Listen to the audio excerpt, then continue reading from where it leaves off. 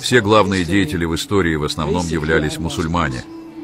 От Адама и до наших дней.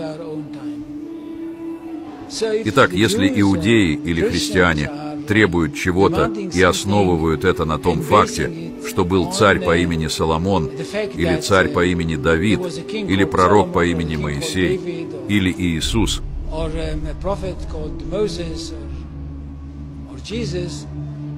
то, конечно, они говорят что-то, что не является правдой.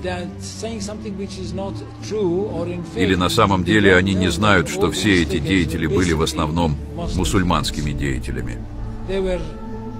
На самом деле, с момента сотворения мира существовала только одна религия, и это религия ислам. Так что если кто-то скажет: посмотрите, есть место, которое связано с Соломоном, и это место, где стоял храм Соломона, истинный мусульманин скажет вам: да, абсолютно верно, но не забывайте, что Соломон был мусульманином, и Давид был мусульманином, и Авраам был мусульманином, и Исхак был мусульманином, и Иисус был мусульманином.